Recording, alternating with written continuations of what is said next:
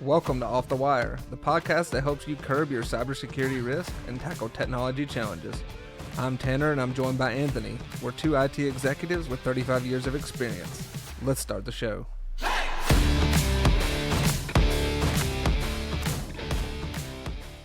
Welcome back to Off the Wire podcast. Today we're going to be diving into the evolving threat landscape. We're going to be doing some research into that and telling you a little bit about why we think it's important to do research into that.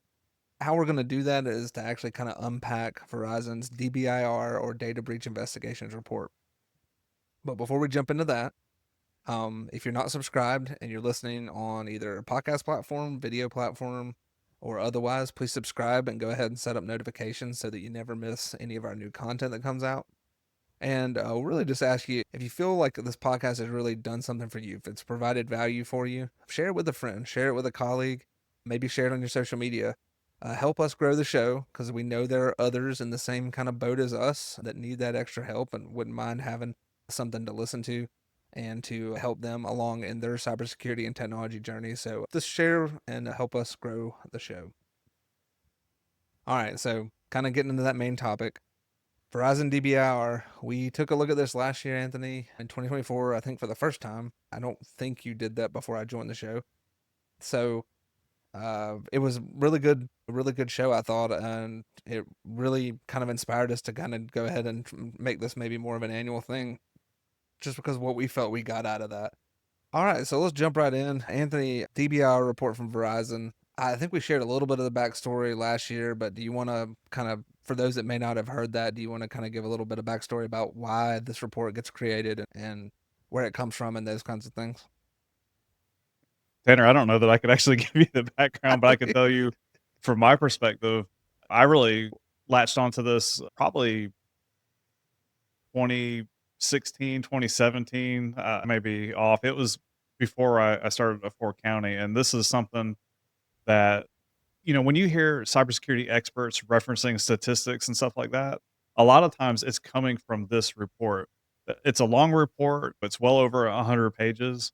But if you get into the meat of it, you're talking more like 60 to 80. I don't read every single page every time it comes out, but I literally enjoy reading this. It's almost like for those that are at the co-ops, like the key performance indicators for cybersecurity, just talking about all the stats and the metrics, and you're seeing the direction in which attack vectors are going. And one of the things we're going to talk about, I'm happy and sad at both the same time that this thing increased, but it makes me validate some of the changes we've made and some of the tools we put in place. So this is something I look forward to it coming out every year. I believe this is the 18th instance of the DBIR report coming out. And anyways, this is one of those things that even outside of listening to this, I really would recommend. You can go to Verizon, just do a Google search for Verizon DBIR, and you can find it. All you got to do is give them your email address and you can download it. They're not going to spam you or anything like that.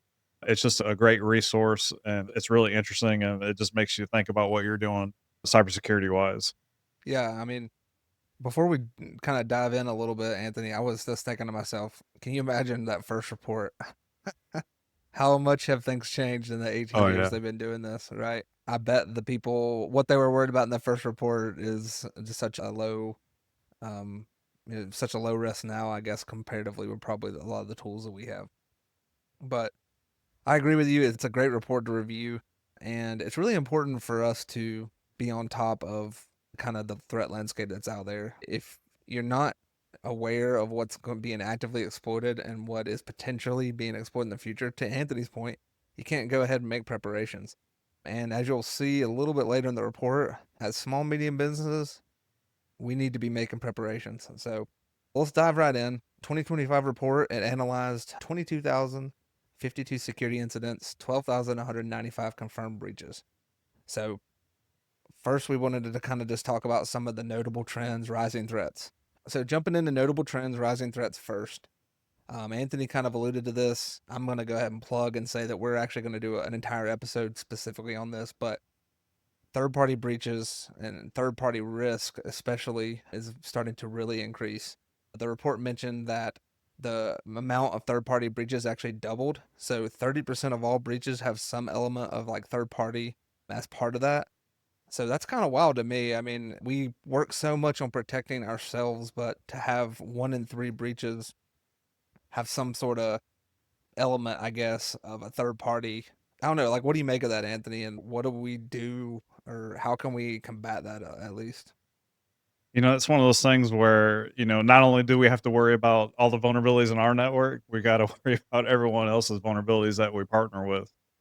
This is one of those things where I was honestly happy to see it. I'm sad to see it, but I'm also happy to see it because I got a lot of pushback when we started we rolled out a software.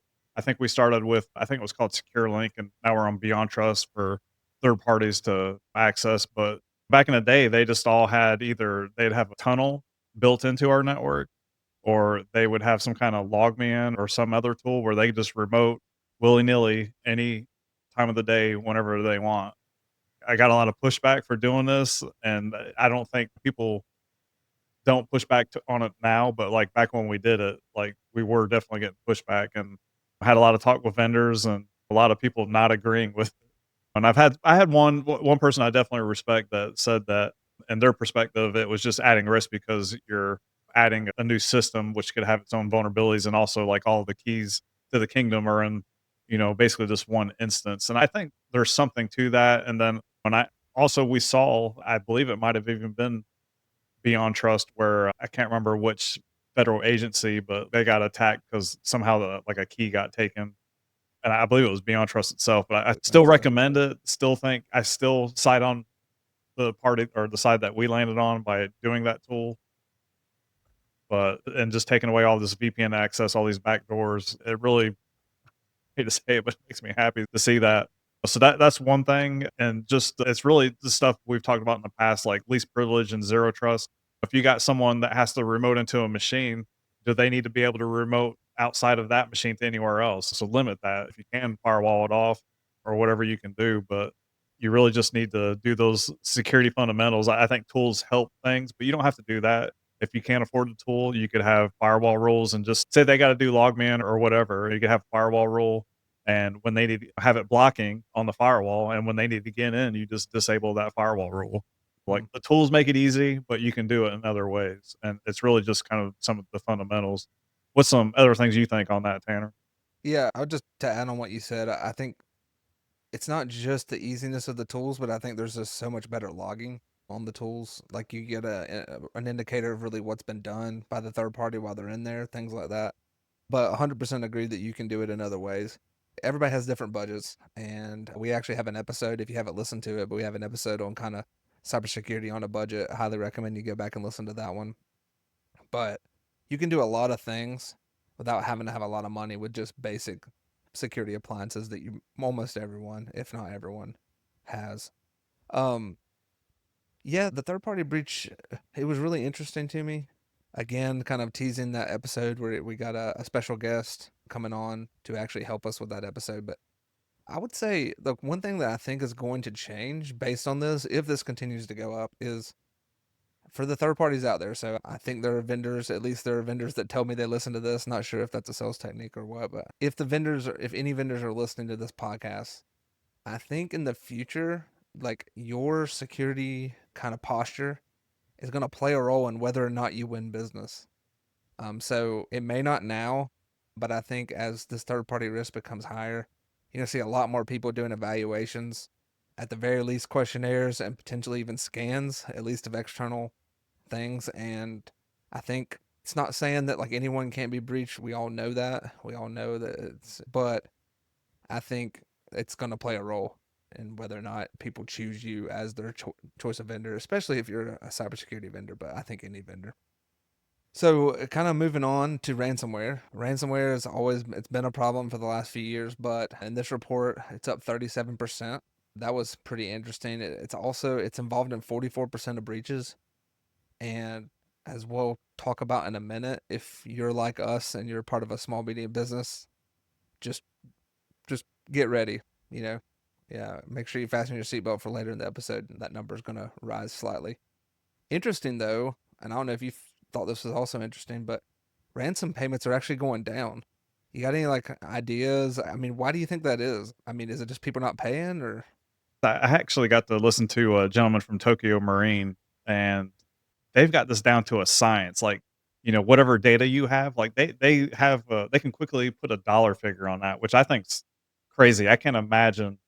I mean, that's just them doing this for years, years upon years, and then I don't know if this plays into it, but the amount of time that attackers are, like, in your network before they disclose themselves is shortened, and I think it's more of the more that they do, the more money they make, not instead of doing fewer for larger money, just, get more people, break into more people's network and play the numbers game. Yeah, Yeah, kind of like a quantity versus quality kind of a thing. yeah, Yeah, I saw. I just recently read an article. I forgot who it was now, but a company just the other day paid, and I forgot what it was, but it kind of came out later. But so there are still companies that pay. I think if I remember correctly, actually, let me just look here. Yeah, 64% of companies are refusing to pay, but that still leaves 35% of companies, or 36. So I mean, that's still quite a bit, and you're talking about 12,000 breaches. So of those that yeah, involve ransomware, that's 44%. So about 6,000. So I mean, you're looking at probably what 3,000 ish people that yeah, paid out of those. So that's still a lot of companies. And even though the median was less, it was down from 150,000 to 115,000. That's just the median. You know what I mean? There's small companies and there's rather large companies. So I kind of agree with you there. I think they're just kind of shotgunning it and hoping they can get as many as possible. yeah. Another interesting stat, though, even though that number is still high, 36% paying, it was 50% were paying in the previous That's report. true. So that's gotten better. And then one thing I always like to mention, and I wish this would catch on in other states, but the state of North Carolina, the people associated with the local government in North Carolina, they actually have a law that where they can't pay a ransomware. They still get attacked constantly, but Yeah. if more people stop paying, then this problem would go away. So I Yeah. definitely think there's something to that. Do you think, I mean, I don't know, I'm going to kind of be devil's advocate here. Do you think if we stop paying, the problem would go away, or do you think that they'll like actually now to your point, I think you were saying, that like you're seeing a lot, and this report details it, you're seeing a lot more kind of like smash and grab is what I'll call it. Like you get in, encrypt a bunch of machines, get out.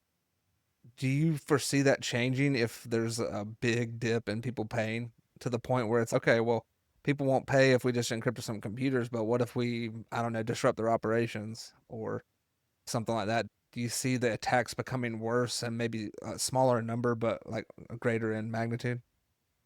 The way I'd look at it, I don't think it would ever go away because one, they can take your data and they can sell it. So when they get that, if they get PII, if they're getting social security numbers, if they're getting credit card numbers, even your credentials, they're gonna sell those on the black market. But I don't really know on that. I do think it would help if, more and more people stop paying. It's such a lucrative thing. People are making money. People are gonna exploit anything on which they can make money, and I think if there was just less money involved, it would naturally go down. But I definitely don't think it would ever go away. Yeah. And I would say, and I don't think your intention is this either, and I would say our intention is not to blame people that pay because I get it. I mean, I totally get it. You're sitting there and you're like dead in the water. You can't take payments. You don't have a billing system.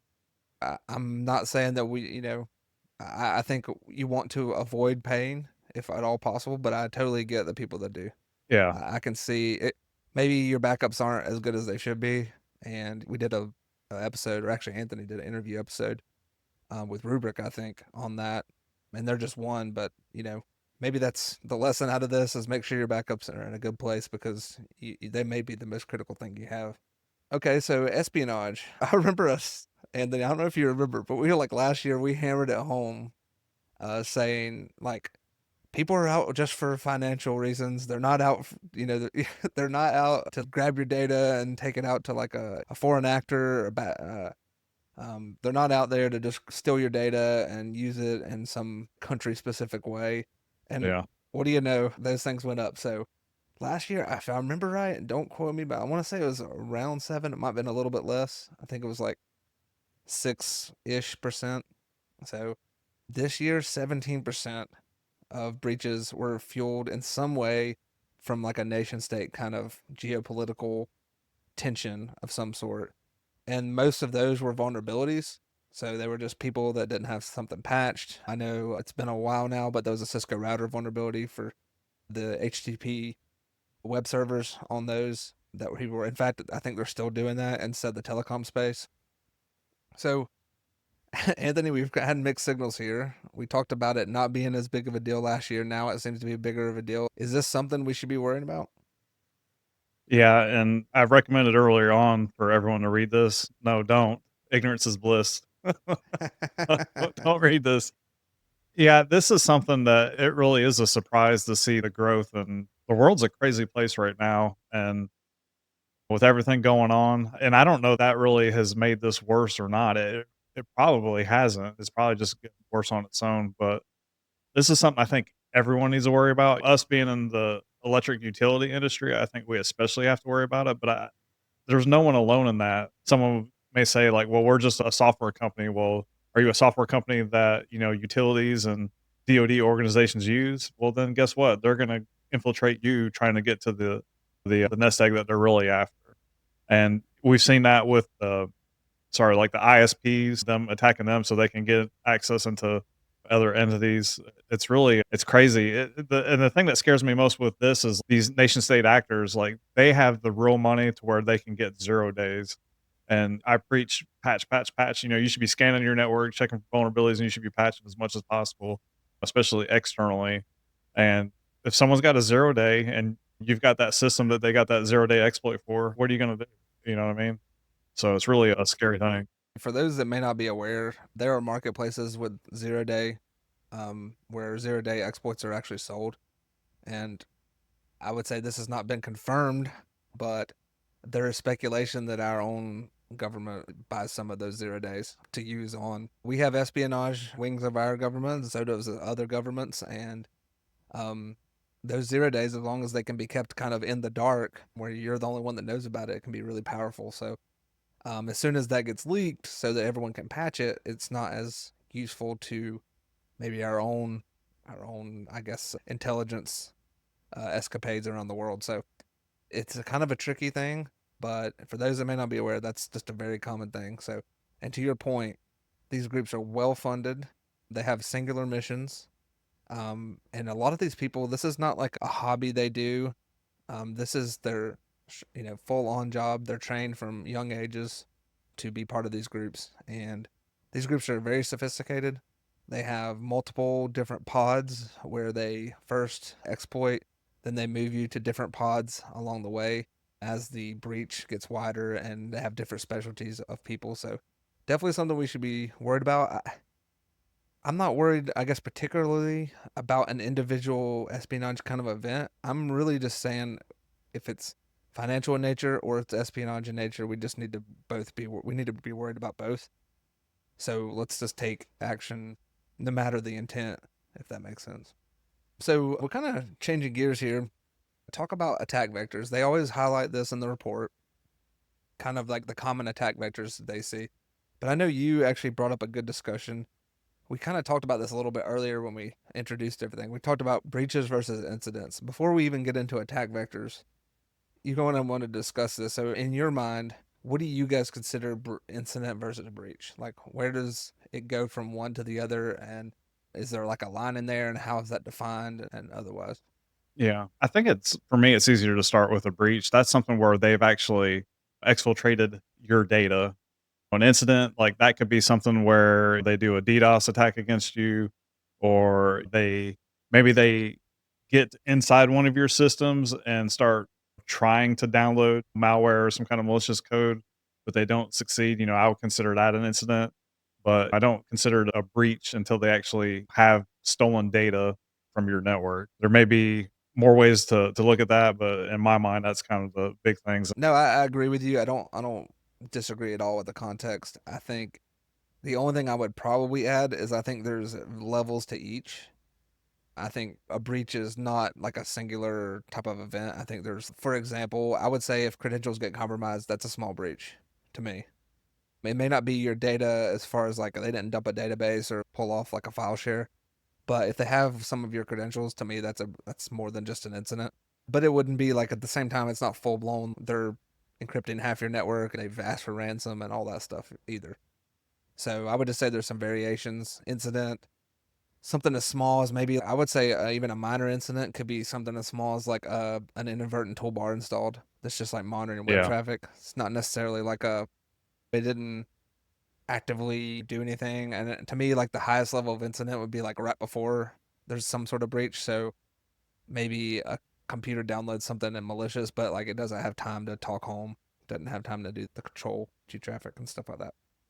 Yeah, that's some good points. One thing that's a little outside this just because we're talking about it with incidents, that's something I started reporting to the senior staff and the board of directors quarterly on is incidents. And the way I kind of looked at it like safety, they always have near misses that they report. And so we can learn from them. I think the thing that showcases we're spending all this money in cybersecurity and in IT, make sure we have the personnel to patch and everything. And if I don't ever show any incidents, they might think that there's nothing going on. And that's not the case. Do we have a lot of incidents? No, but there's definitely stuff that happens.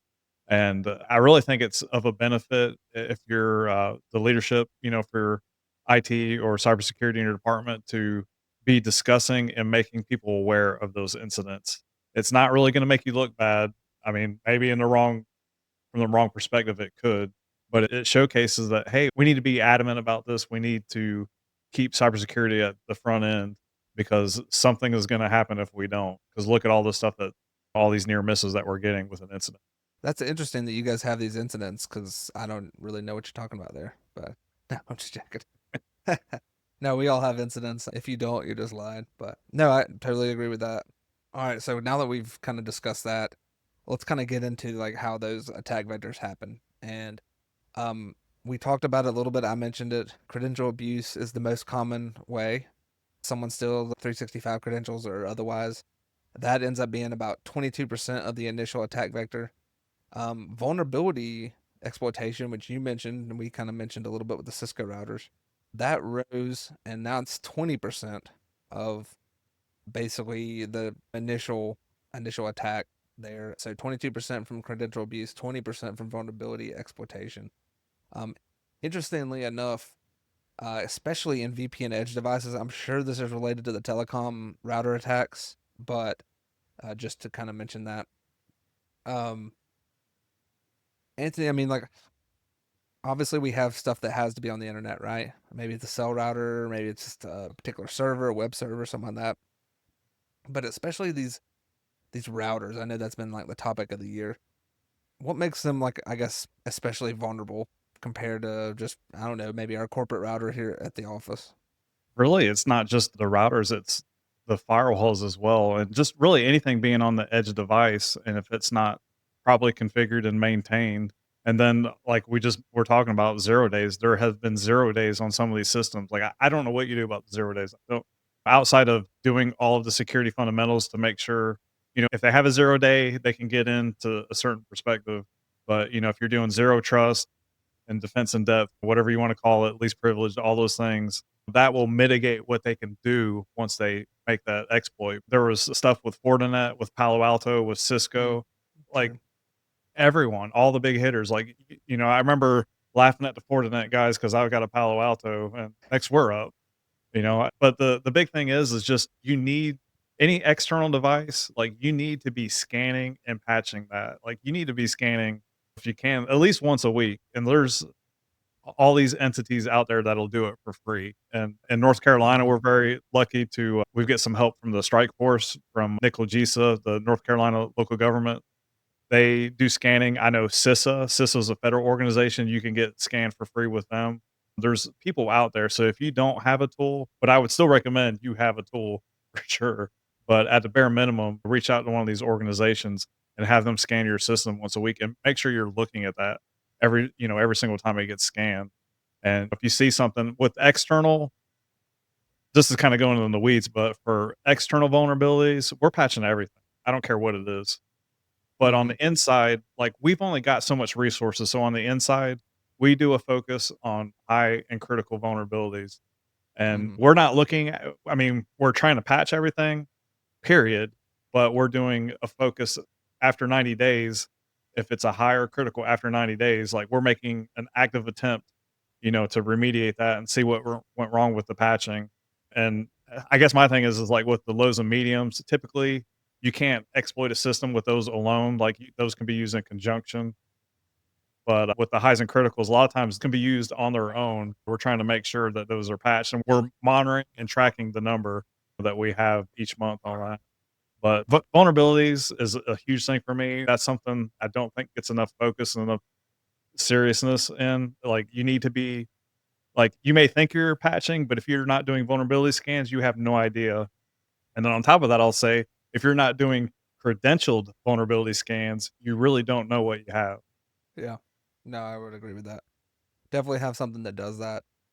I think probably majority of your like corporate, I will say, devices, we kind of have a better handle on. But especially as our devices grow and more devices become out in the field, I think that's where we're really vulnerable. You got that router who does, I don't know, let's say you're a local government, right? And you got a router who sits there and it's on maybe a pump station for a water treatment plant.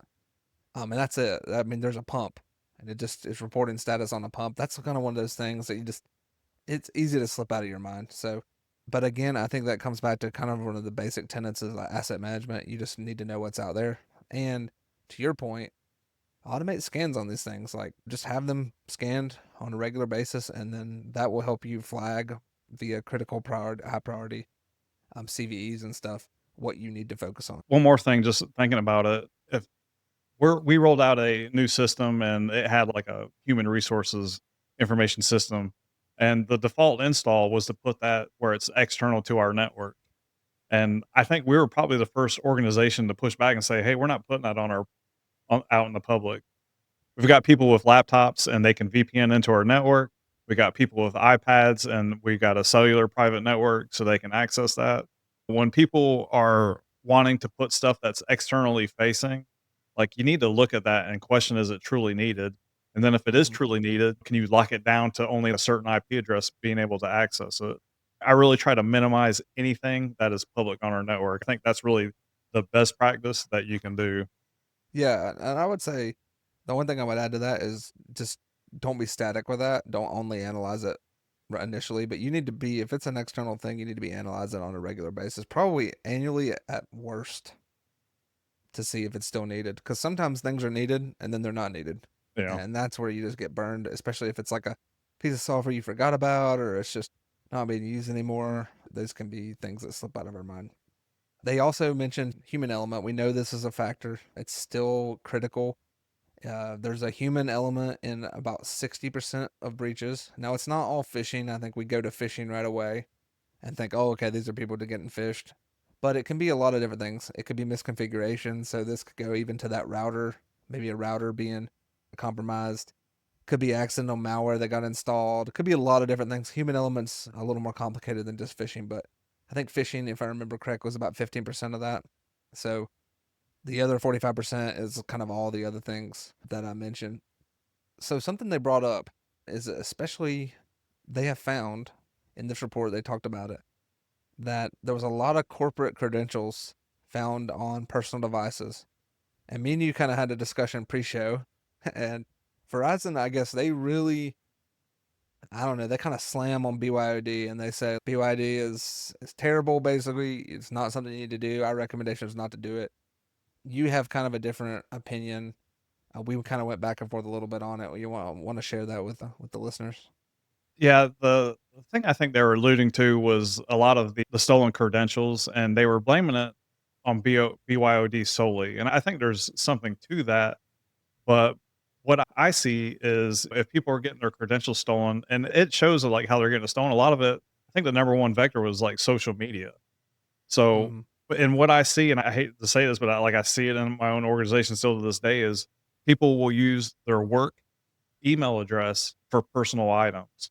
And like, some people probably think I'm silly, but like, I'm like, don't use your work email for LinkedIn. I was like, LinkedIn's been had more breaches than any social media Mm-hmm. provider that I know of.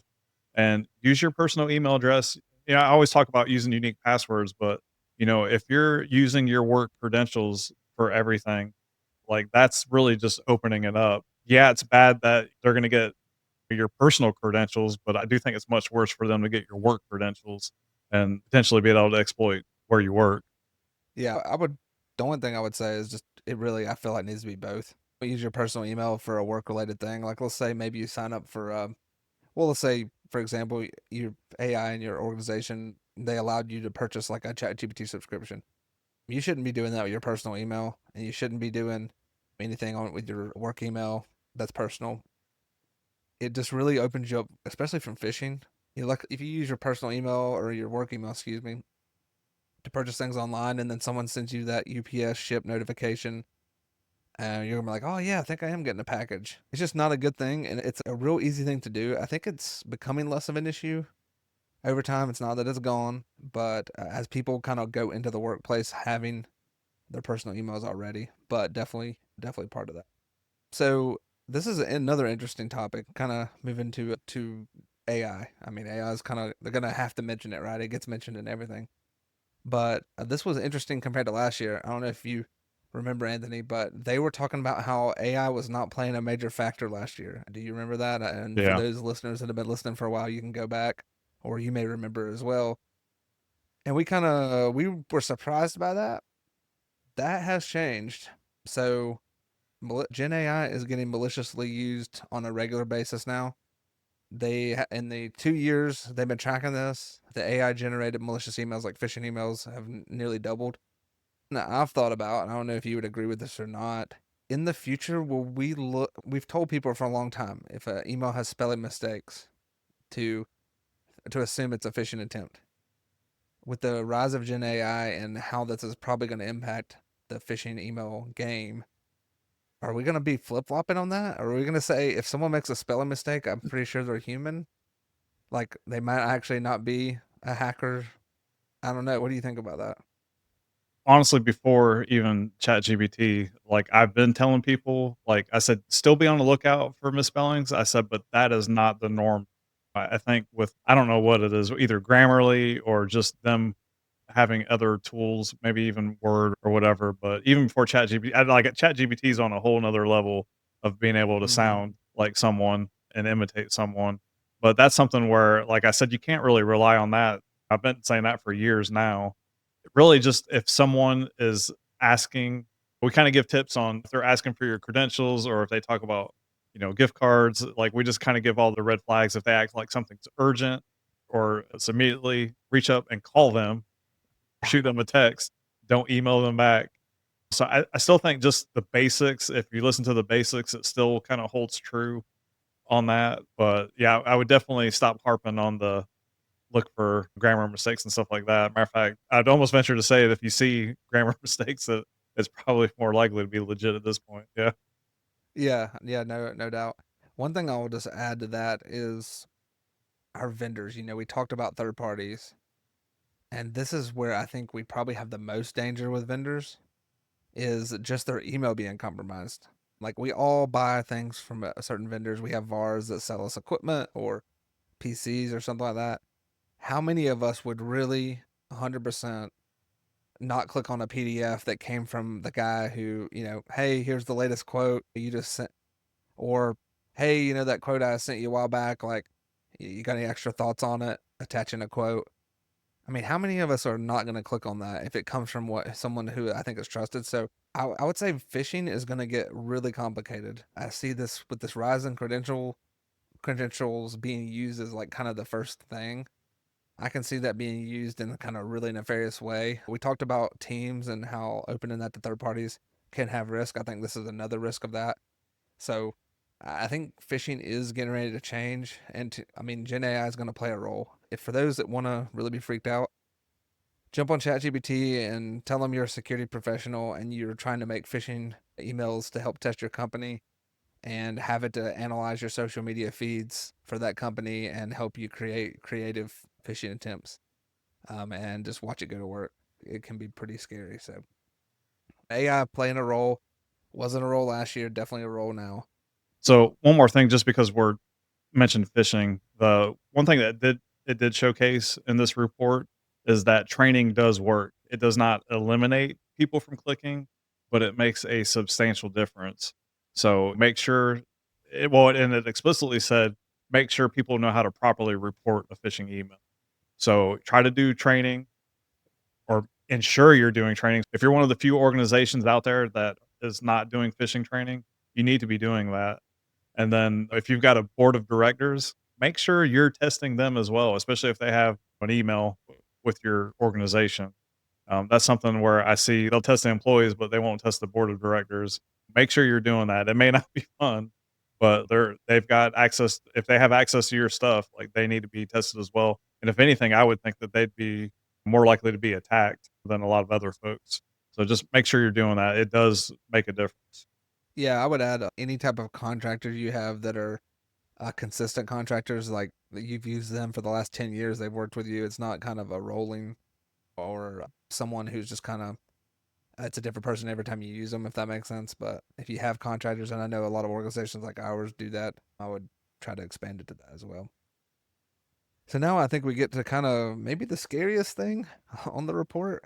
Anthony, you and I, we both work for small, medium businesses.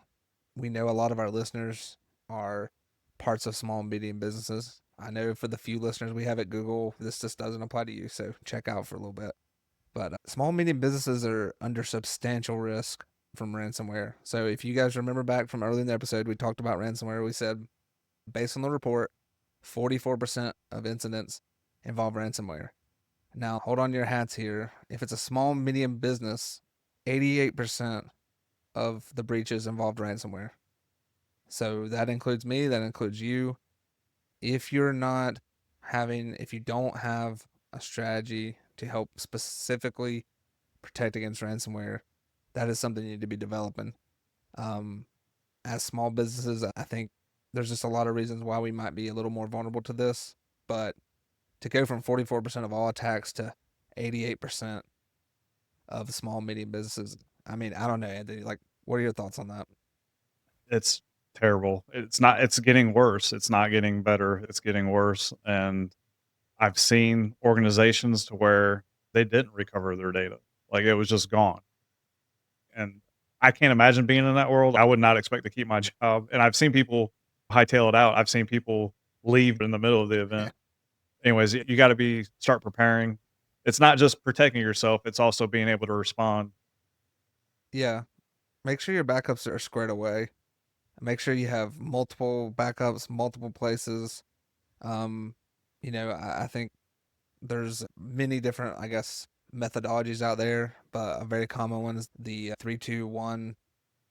One I think is it's three copies of your data, um, two different places. One of them offsite, and I forgot the last one. But have a good plan for your backup, your resiliency. Have immutable backup stores. Make sure your backups are not using the same credentialed information as your other servers. Make sure it's just completely separated. Um, that may be the only thing that saves you. And unfortunately, Anthony, I mean, we both know about this incident, but there was an incident in our world where a particular organization, their backups were part of the compromise. And man, I just felt so sad for them. They talk about like literally weeks and months rebuilding their environment from scratch. And just, gosh, I can't imagine the pressure on them. I don't know if anyone is, and I'm sure you've had this happen, but if you've been out there and you've ever had some sort of major issue at your work, maybe like we had an issue with a SAN had an issue and there was like nobody could work for a few hours. The amount of pressure on us was unbelievable. And it wasn't like people were being intentionally rude, but like we just felt the weight of the world on our shoulders. And I cannot imagine what some of these organizations are going through when you have no systems at all. And until they're rebuilt, you literally can't do any work. And so I hope I'm never in that spot, and I want to try to do my best to actually prevent that. Um, I don't know, Anthony. I mean, like, can you imagine being in that situation where you're under ransomware? We know that almost 90% of attacks against us are going to have a ransomware element, and you just you can't recover. I've had some through my career, I've had some stuff where, I just love nothing better than to just crawl under a rock and hide. Mm-hmm. Unfortunately, you can't, I mean, you're best to not do that. You need to respond and just kind of touch on the backups. I would definitely listen to the session where I interviewed Brian Williams with Rubric, and he talks about testing. And I learned a lot from that conversation. There was stuff that we weren't doing, and after interviewing him, like, we changed the way we do things. And one thing just that sticks out, you're testing your, the local backup, but are you actually trying to pull it from the cloud and download that? And how fast can it download? And we found out it wasn't very Mm, fast. So it yeah, might be suitable to recover one system, but if you got to recover your entire network, and that's the other thing, I can't even imagine. Like, our network is so complex, our servers are so complex. We've got years.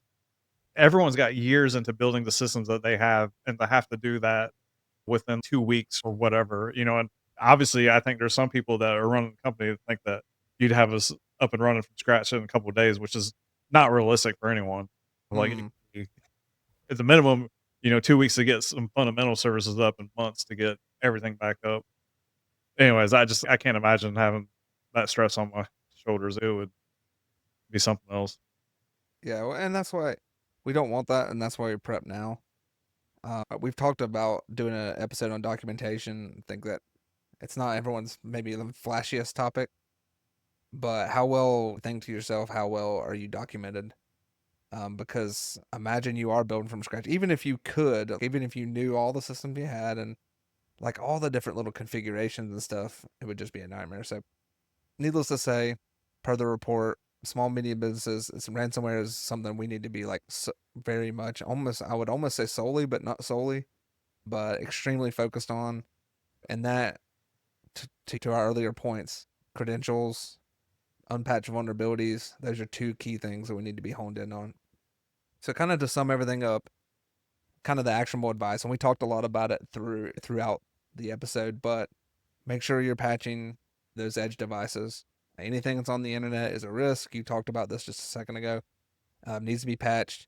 If it's a critical vulnerability or high vulnerability, in my opinion, unless it's just like extremely detrimental to business, we're just going to patch that immediately. We're not even going to wait to the end of the day unless we just feel like it's catastrophic to business. So everyone will have to make their own decision on that.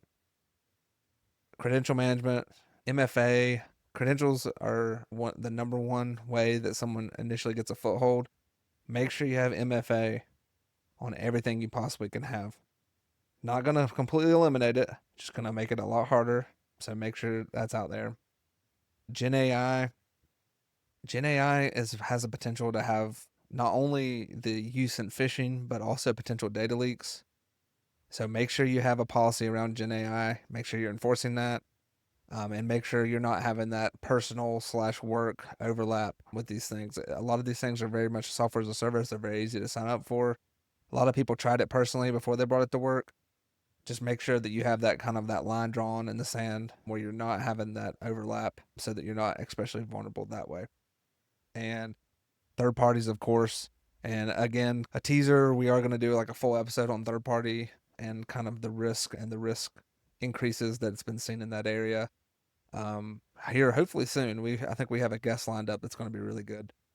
But those are kind of the takeaways. It's not something that I feel like, I don't know, Anthony, you tell me, but nothing I haven't heard before. Would you agree? Yeah. The Gen I mean, potentially, but The and the thing that sticks out when they reference the CIS controls that are applicable to help you prevent these things, but it really goes down to just doing the fundamentals. The fundamentals are really what's going to protect your network. Doing those bare basic things. Anthony, I guess we've talked about a lot. We got a little sad here, but any final thoughts in your mind from the DBIR report for 2025? A lot of differences from last year.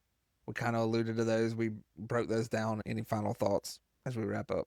Yeah, this was definitely a depressing episode. Like, I started off real happy, and then the more we talked, the more glum I got. But honestly, like, there's so many awesome people in this industry. Some of the best people I've ever met in my life are in IT, and we just need to pull together and continue plugging away at this, and also make senior leadership understand the importance of IT and cybersecurity, and help them understand that we need to be better funded and have the resources. We just need to keep fighting a good fight and keep plugging away at this. Yeah, I completely agree, really, on all points. I don't think we can prevent something from happening, but I think we can prevent how bad it is. So I don't think I go into it thinking like I'm never going to have an incident or hopefully never a breach, but can I make that breach or that incident as minimally impacting as possible? Yeah, I think that's a reasonable goal. So, yeah, we'll try to, I guess, end on a encouraging note. I mean, you can have a really good cybersecurity posture. It doesn't always require a bunch of tools. Some of the tools make it easier, but really, like we've talked about last year, talked about in this year, it comes down to the basics often. So make sure you're focusing on those. And if you are, then you're going to be in a good place when trouble comes your way. So that ends our episode today. We'd love to hear from you. So any feedback you have, just shoot us an email at show@offthewirepodcast.com. Or if you have an episode idea, we'd love to hear about that too. We've had a few of those, and some of the better episodes have been just ideas from listeners. So please reach out to us. Also, you can reach out to us on social media. We release episodes every other Monday. And until next time, this is Off the Wire.